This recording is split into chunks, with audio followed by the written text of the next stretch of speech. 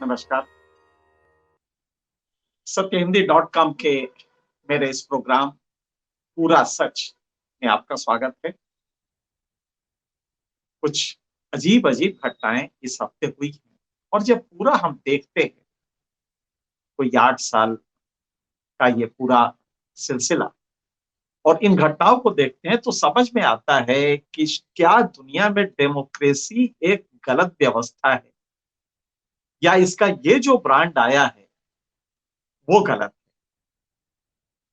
आप ज़रा गौर कीजिएगा जो ताज़ा घटना है, दिलशाद गार्डन में एक मर्डर को लेके जो किसी एक कम्युनिटी के बच्चे का था जिसको दूसरी कम्युनिटी के लोगों ने मारा है, जिसको पुलिस ने कहा है कि शुद्ध आपराधिक घटना है। उसको लेके एक वो हुआ जल सभा हुई।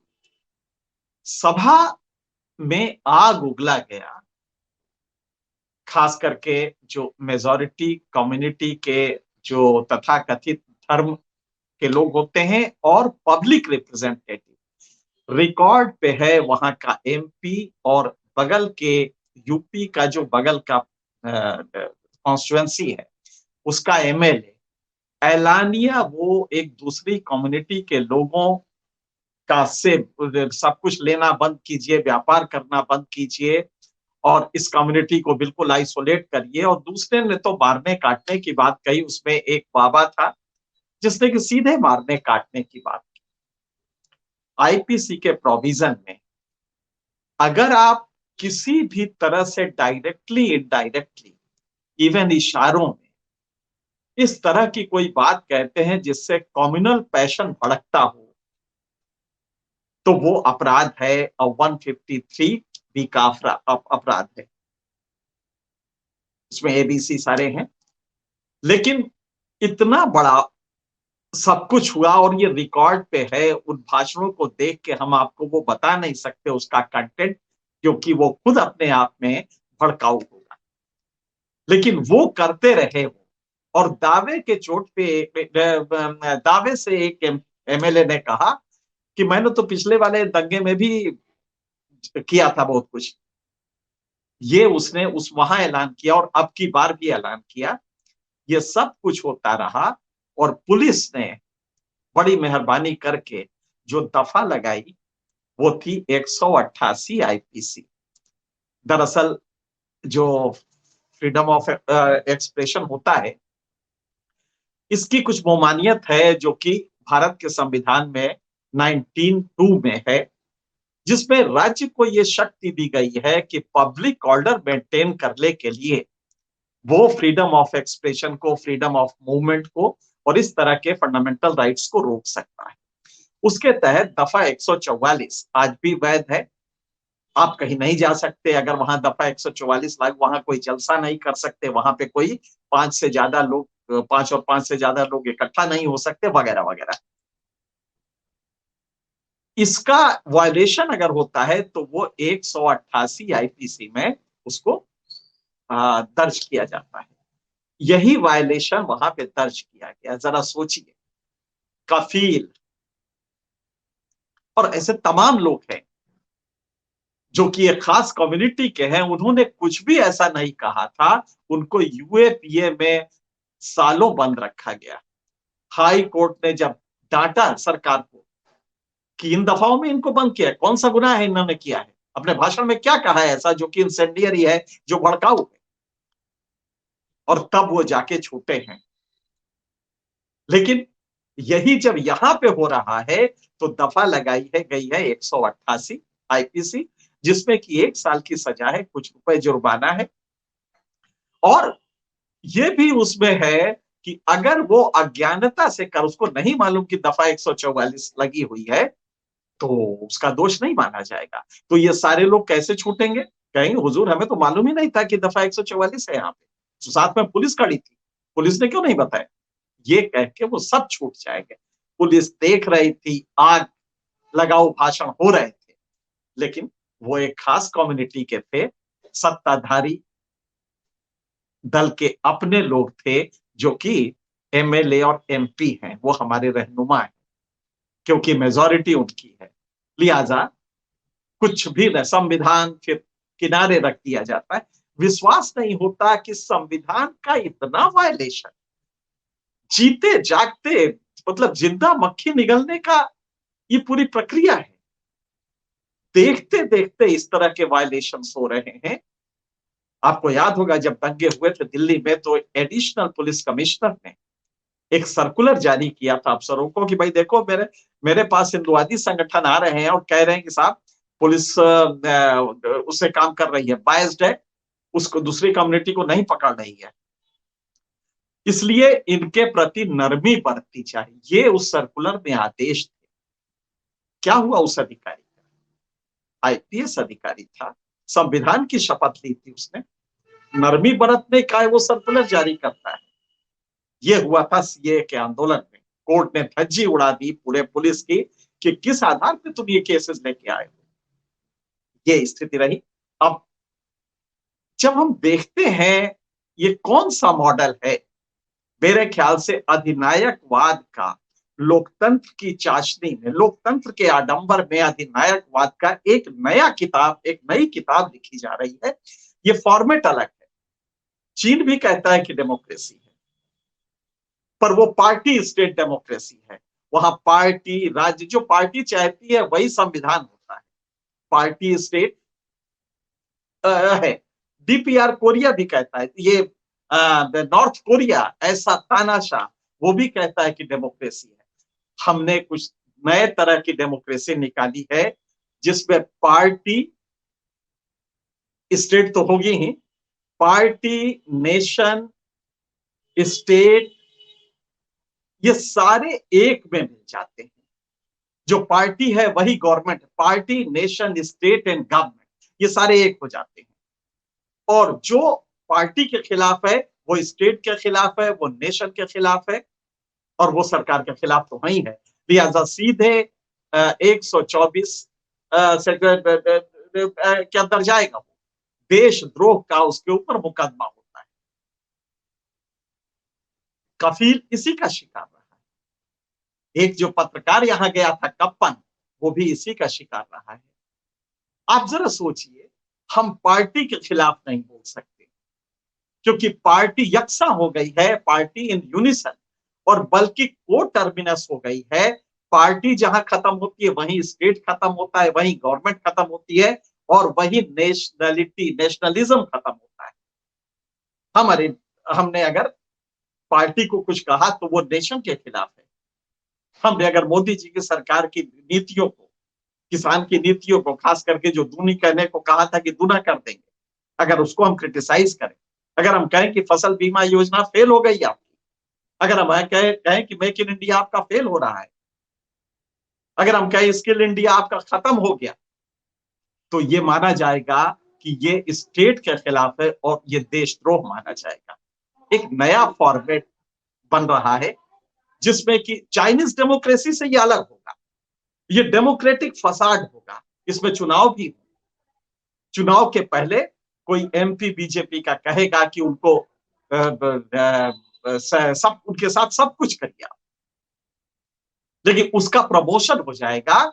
और जब वो मंच से, पब्लिक मंच से बोलेगा, रिकॉर्डेड स्पीच में बोलेगा कि देश के गद्दारों को गोली मारो, और आगे गाली जो जो कि जनता कहेगी, और ये एक बार नहीं कहेगा, दोबारा फिर उनको कहेगा, मतलब अननोइंगली नहीं कहा है, देश के गद्दारों को गोली मारो और फिर गाली, उसका प्रमोशन हो जाएगा। इसी तरह के लुम्पेनाइज्ड पॉलिटिकल डिस्पेंसेशन आएगा, एक लंपटवादी डिस्पेंसेशन आएगा जिसमें पार्टी गवर्नमेंट होगी, गवर्नमेंट पार्टी होगी, पार्टी स्टेट भी होगी, और ये सारी चीजें इसी हिसाब से चलेंगी। तो ये पहला डेमोक्रेसी है जहां की अधिनायकवाद एक नए फॉर्मेट में आया है। ये चाइना का भी फॉर्मेट नहीं है, ये नॉर्थ कोरिया का भी फॉर्मेट नहीं है, क्योंकि वहां पे ऑब्ट्रूसिव डिक्टेटरशिप है, दृष्टिगोचर है, आंखों को दिखाई देती है। नहीं साहब, हमने उसको भी धता बता दिया, हमारी वाली बिल्कुल नहीं है। इसमें चुनाव होंगे, 5 साल पे होंगे, हमारे नारों में होगा सबका साथ सबका विकास, लेकिन कफिल पे देशद्रोह लग जाएगा, और जो आदमी हमारा बोलेगा हम उसको प्रमोट कर देंगे। उसको एमएलए का टिकट, एमपी का टिकट मिलेगा, एमएलए भी है तो मिनिस्टर बना दिया जाएगा। ये हमारा फॉर्मेट होगा। तो फसाड जो होगा, जो आडंबर होगा, जो भव्य इमारत होगी, उसका सामने का हिस्सा जो होगा, जिसे हम फसाड कहते हैं, वो डेमोक्रेसी का होगा। और हम चीख चीख के कहते रहेंगे सबका साथ सबका, जो भाइयों बहनों, मैंने सबका साथ सबका विकास किया है, पर विकास तो खैर किसी का भी नहीं होगा। जो ये नारे लगा रहे हैं, जो भारत माता के नाम पे कुछ भी करने को तैयार है, विकास तो इनका भी नहीं होगा। लेकिन इनको एक ऐसा नशा दिया जाएगा, एक ऐसा क्रिएटेड फॉल्स कॉन्शियसनेस कि भारत महान हो रहा है। देखिए ना, जल्दी हो जाएगी, $5 ट्रिलियन इकोनॉमी हो जाएगी, 3.5 ट्रिलियन हो गई, ब्रिटेन को क्रॉस कर गए। अरे जरा जाके देखो, अपनी ही रिपोर्ट्स उठा के देख लो, जो ताजा रिपोर्ट आई है, गरीबी का आलम क्या है ये देख लो। लेकिन नहीं, वो बताया जाएगा कि साहब यहाँ नहीं, वो विदेशों में अपनी बल्ले बल्ले। और ये डेमोक्रेसी का एक औरा खड़ा किया जाएगा, जिसमें विकास बताया जाएगा, भारत महान हो गया है। अच्छा, जो नहीं मानते हैं वो देशद्रोही हैं, पकड़ लो उनको। ये एक नया फॉर्मेट है, हमें समझ में नहीं आता है कि इससे लड़ा कैसे जाए। आपको हम एजुकेट, आप लोग तो बहुत प्रबुद्ध हैं, लेकिन आप मासेस में जाके इसको बताएं कैसे कि ये फॉर्मेट कौन सा है। क्या डेमोक्रेसी ऐसे चलती है? क्या हुआ उसका, जिसको माइनॉरिटी को राइट्स आपने दिए थे, क्या हुआ? स्टेट ऑपरेशन किसी को वो दफा 188 में ले जाएगी, जिसमें छूटने के सारे चांसेस है, क्योंकि शब्द लिखा है कि नोइंगली अगर उसने वायलेट किया हो।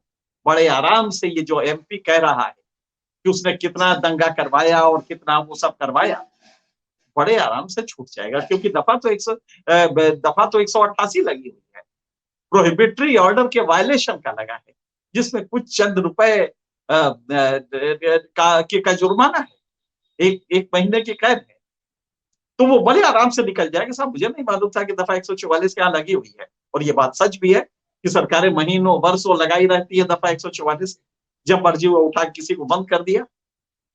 लेकिन स्टेट का ये कैरेक्टर कि वो जब चाहेगा आपको भीतर कर देगा, सिर्फ ये देख के कि आपका नाम क्या है, ये कैरेक्टर कभी नहीं था पहले।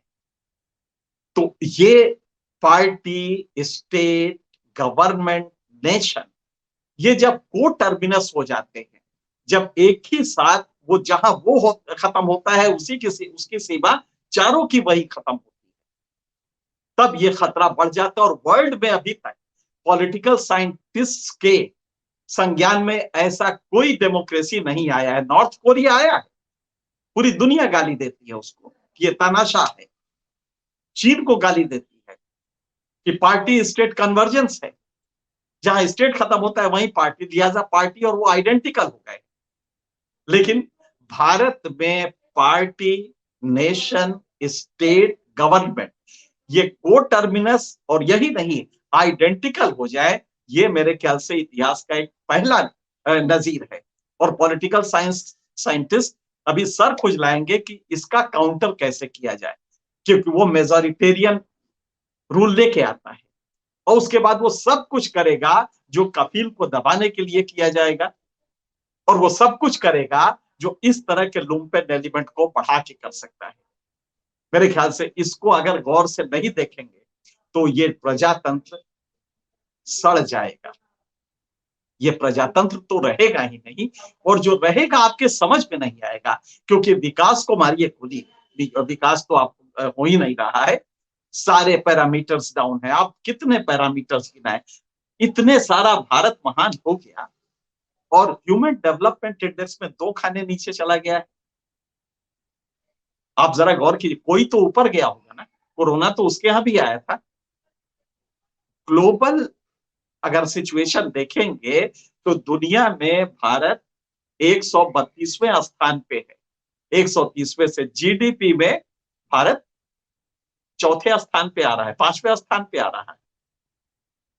आप जरा सोचिए कि जीडीपी को लेके हम क्या आचार बनाएंगे।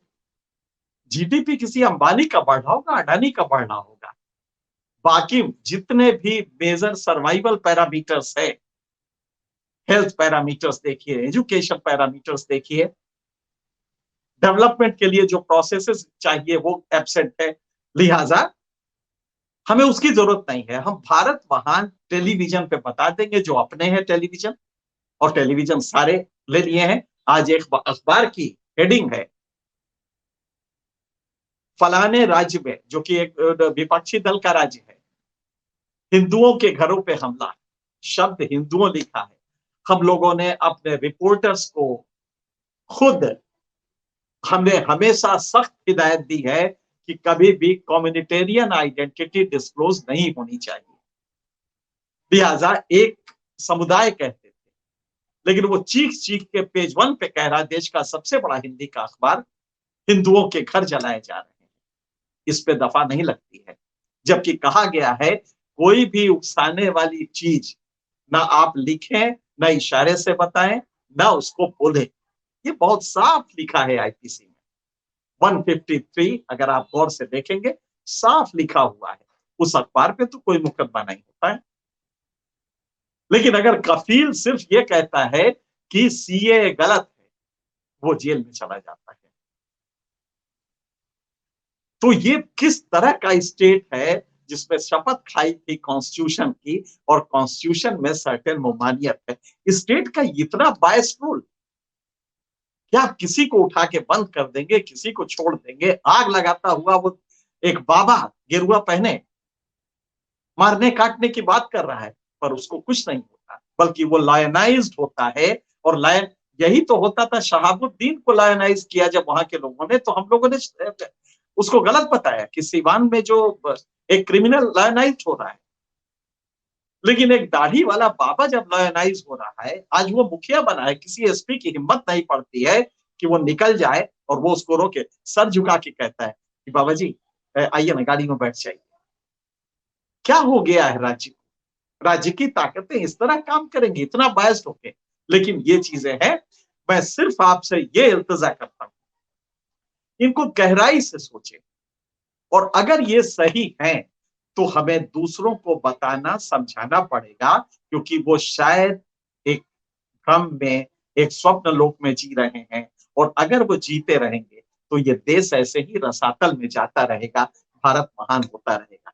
आज के लिए इतना ही, अगले हफ्ते फिर किसी बड़े मुद्दे पे मिलेंगे। तब तक के लिए